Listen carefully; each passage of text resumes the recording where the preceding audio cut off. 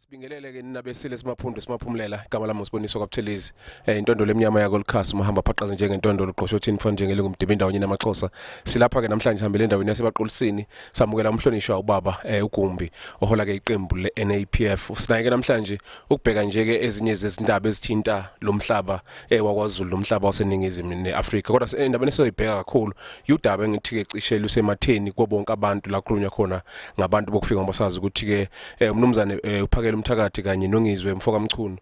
basemkhankasweni bokuthi bazama ukuthi ke balungise leso sigaba sokufika nabantu bokufika kulelizwe ukuthi bahleli kanjani nangayiphi indlela kodwa sizozwa njengomuntu ke njengomuntu okuyipolitiki ukuthi ke uthini ukuphawula kwakhe ngalolu daba soqhubeka nezinye baba sikubingelele kwiGula TV. Ngibingelele mfowethu kwiGula TV ngiyathobeka kakhulu ukuba nibela ebaqulusini sisike lijikayo nathi ngalendaba eshisibunzi. Empeleni udaba lwabantu bokufika abangekho emthethweni ngakhuluma ngalo mina personally ngomhla ka7 July ngo2018 mhla ngilontsha iNational People's Front ngaphinde ngaluphinda ngomhla ka30 September ngayo 2018 ngilontsha iNational People's Front ophongolo eNtsilikwane. Ngathi ngaleso sikhathi inkinga esibhekene nayo njengeswe ukuba sibe nabantu bokufika abangene ngokungekho emthethweni ngoba ubungozi esibhekene nabo icrime ubugebengu ababenzayo bubi ngoba awukwazi ukubutracer awukwazi ukubona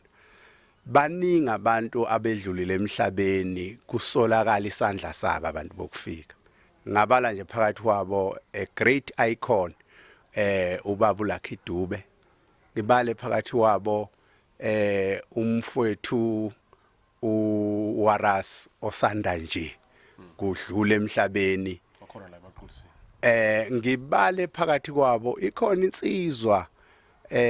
yakwaNtshangasi ebilapha eMpumalanga ebebethi uBomba noma ngeke ngisho ukuthi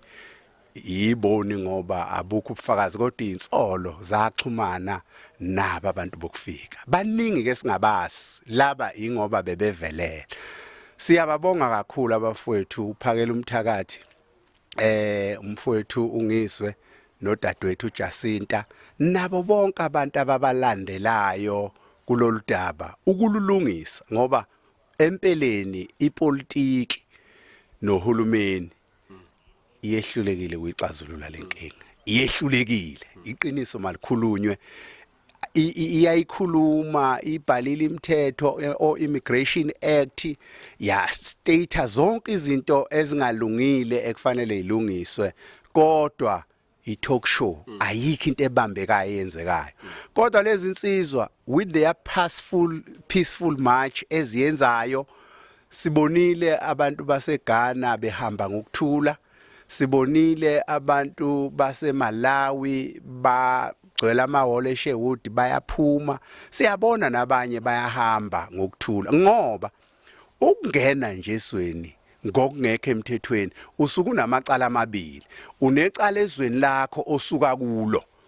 ngoba uphume ngokungemthetho khona ube necala ezweni oyakulo ngoba ungene ngokungemthetho indaba yakho akufanele ikhulunywe ngeke ngathi shazi nje ezinye zezinkulumo ekuthiwa ikhulunywa umNangwangwa upresident waseZimbabwe ezithi cha yena akakwazi ukukhuluma ngabantu abahamba ezweni ngokungemthetho bese kuthi uzokhipha izinto zokubalanda ngicabanga ukuthi ukhuluma iqiniso nakuba ke esigabeni akuso sokuba umholi kufanele kuba khona kwenzayo ingozi enkulu ngobukhona bomuntu ezweni engaziwa icrime bese ke kube imbantsela ke ukuphuca amathuba abantu beswe njengokuba nje uvula ibhizinisi lokucwala inwele njengokuba nje uvula ibhizinisi lokudayisa amatafula emakhoneni omgwaqo njengokuba nje uvula ibhizinisi leziphaza eseligcwele zonke indawo amabhizinisi abantu abamnyama empeleni awasakwazi ukusukuma ngenxa ukuthi bona bane support empeleni singayazi velaphi ngoba isitoko sabo kasipheli abantu bakithi nabazabalazayo bayithola besenkingeni yokuthreatenisheka nokuthunjwa masilalela bayathunjwa abanye njengoba sike seswa enye insizwa lapha eFosrolas ukuthi ke yaduka ngokuba iphikisana nabo. Ngakho ke ngiyababonga lezi insizwa uJacinta weMarch and March umkaZuma ungiswe kanye noNdabandaba nginxusa ke abalandeli babo ngoba nami personally ngiyabeseka ngibesekela ukuthi abanalo udlame kwabakwenzayo batshengisa ukuthi babeke iswe phambili bafuna ukulungisiswe ngokuthula abahlonipheke nabantu abavela kulamaswe abazi ukuthi bangene ngokungekho emthethweni abasemthethweni naba investayo siyabemukela ngoba alikho izwe liphila ngalodwana ulungile umuntu ofike nalowo 5 million wa investor waqasha izingane zethu lapha eNingizimu Afrika wathuthukisa izwe lethu naye wazuza kulokho kodwa umuntu ozoba umthwalo kithi ayinathi kunzima kithi sisodwa awukwazi ukuthi ekhaya ungibaba ube nezingane ezinhlanu bese kuba neza kwamakhelwane ezintathu obese uthi uma upheka kuleli bhodwe uzophaka kudleza kwamakhelwane ezakhe izingane engakahle icala nephutha lelo ngakho ke sithi akulungiswe nabakulungisayo sithi abathola ukweseka kuyikho bakulungisa impela kodwa ngibheke isayidini kakhulukazi kahulumeni ngoba cishe lokhu kuvela kuyimbobo kuye njengoba phela umthetho ikhona ibekiwe kufanele ngabe manje itsida uya-implementa noma uyayiforsa kuba ukuthi ikwazi ukwenzeka njengoba ezakhamuzini zala eNingizimu Afrika awuyitholi uwenza isinoma kanjani ngoba umthetho usuke ukubhekile kodwa bokufika bayithola nje bengabantu abakwazi ukwenza noma yini ngibheka nje kakhulukazi njengoba ningamaqembu ezepolitiki ukenforce imithetho efana naleyo ukuze abantu bazizwe bevikelekile uhulumeni wabo abawuvotelayo nabawukhethayo uhulumeni unawo amandla wokenforce umthetho ake nginikhumbuze nje indaba yeCovid ngo2020 wow enforce umthetho uhulumeni kwama yonke into kulokhu kwabantu bokufika abangekho emthethweni mina personally ngiyasola ukuthi uhulumeni ama officials athile kahulumeni uyahla ngabo uma kungaphenywa ngoba amakhomishana engaka siyothola amahlazo ukuthi kukhona abantu abamukela imali ezesabekayo angeke uhulumeni waseNingizimu Afrika ngokwama resources anawo ahlulwe ku-enforcer umthetho obekwe nguye ovikeliswe nezakhamuzi zakhe kukhona akudlayo uhulumeni ngalaba bantu abangekho emthethweni uyazi yena yithi esingasi kodwa kubhlungu izwe liyalimala abantu beswe baphenduka intandane nosizi ngoba kunesizwe esisha noma a new community ekuthiwa amaphara uma ubheka amaphara besingenawo before 1994 amaphara akhanjwe yama drugs izimpushana lezi eziqhamukayo nabantu abavela emazweni angaphandle ngokungekho emthethweni okubhlungu ke ngalama drugs akhandisa isizwe esisha esiyingozi emndenini yaso esiyingozi komakhelwane abakhelene nabo labo bantu esiyingozi nakuyi country yonke ngoba abantu umuntu oyijova ngento abulala imiswa angene lento engenza noma yini ukuze athole lento akwazi ukuphila kubhlungu ke kakhulu ukuthi uhulumeni kuthi noma sekunobufakazi bokuthi isizwe saseNingizimu Afrika siyalimala hayi awuhlaba inhlanje nje nadwale ngempela atshengisa ukuthi akulandela imithetho emehlulile yena kuyilandela kodwa ngiyayibonga lezi insizwa ngizohlala ngiphinda ukuthi uNkulunkulu wazo nezinyanya zazo zizembathe nabantu abajoyina kulama mashi bengalifaka unyawo ledada beyenze kahle ngempela lento yokuthi bengaluthi behambe njengoba abaholi babo yalela ukuthi asithinti lutho sibhala incwadi siyibhekisa uhulumeni sithi hulumeni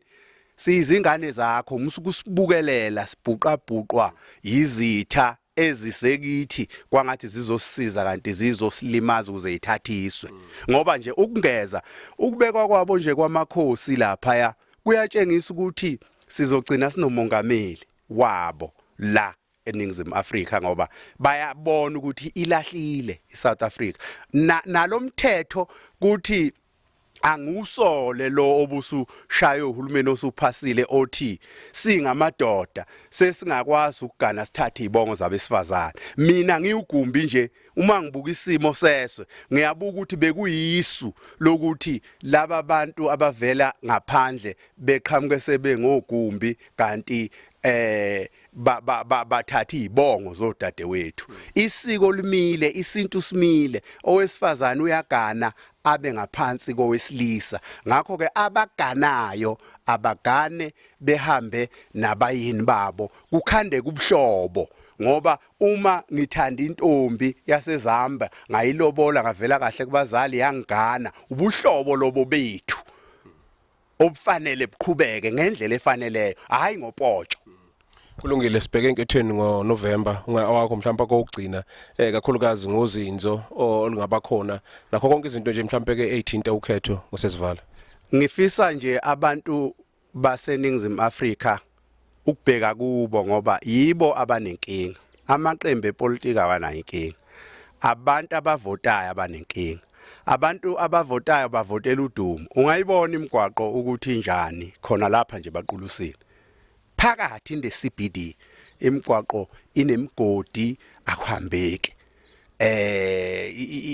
I-service nje ayikho. Kodwa mase beyovota abantu abakubheki konke lokho bavotela ukuthi mina ngineqembu lami ngineqembu A ngineqembu Z libe lilitholile ithuba alakungenza basic thing nje ezidingeka ukuthi ngabe bayazenza ezenza ukuthi abantu babone kwenzakalani. Ngiqonda ukuthi ke ngilinganisa ngabaqulusi ngoba ngikubo empeleni yonke indawo mfowethu njengoba benihamba nje ngezimoto kunqamuka amarimu kugoba yonke into imigwaqo ayihambeki akhona mzamo nje etshengisa ukuthi iinfrastructure yomgwaqo iyalungiswa kuke kuphele namanzi ugesi ushabalala nanokuthi ke kukhona enye into ekufanele siyikhulume. Kunesethembiso esasithi abantu abaphuwa bayothola ugesi wamahala. Lezo zinto kufanele ibukezwe ngempela ngoba ugesi uma uthenga nje ngo50 uma ufaka nje esigujini ula eZululand ukunika ama unit awu11 u50 wonke cabanga ke umuntu ophu uzovutha lo gesi mhlambe almost 12 to 13 hours awusekho. Umbuzo uthi ke esimeni sabantu abangasebenzi uma impilo idula kangaka kuzokwenziwa. Ngakho sidinga uhulumeni manje ongeza kuba nedumela lokuvotela kodwa ozocabanga jule ngokuthi yini ebasics angayenza ayenzela abantu kuze abantu bekwazi ukuhlangabezana nesimo sempilo. Thina ke njengeqembu leNAPF siyaqhuquzela futhi siyakukhuthaza msakazi ukuba abantu sibalekelele ngempilo. Ngikhuluma nawe nje kusukela kulezi inketho zokuchibiyela ebizela iZululand olwalukwa Ward 12 oPhongolo olwalukwa Ward 12 ebaqulusini nolwalukwa Ward 7 kwaNongoma Ward 20 kanye nakwa Ward 17 icampaign yethu lapho ibihambisana nokwelekelela abantu cishe amaqoqwana abantu abathanda ukubhizinisi abaningi ngabe sibalekelele ngeinkukhu ezingaphezulu kuka50 per people mhlambe baku15 inkukhu uma uyikhulise kahle uyidayisa 100 rand 120 kuya 150 depend ukuthi ukuphi umuntu uyakwazi ukuphila inkukhu nje eziwu50 uyidayisa ngo130 zikunikeza back u6500 wena ubuzondle ngo2200 uba nayo leyo profit uma ungamentoritheka kahle ugcina ukhulile siyakwenza ke sikwenzile ingakho nje isiqubulo sethu salonyaka sithi #asikhulumi siyenza. Sithokoza kakhulu ngesikhathi wasiphe sona babukho. Ngithokoze mfowethu. Umholi ke weqembu leNPF baba ke uGumba desikhuluma naye la ebaqulusini echaza kafushane kakhulukazi ngendaba ke yabo kufika. Ungakwenza ukuthi uke TikTok, YouTube kanjalo na ku Facebook usubscribe noma usilandele iGula TV igama usiboniso kwaButhelezi.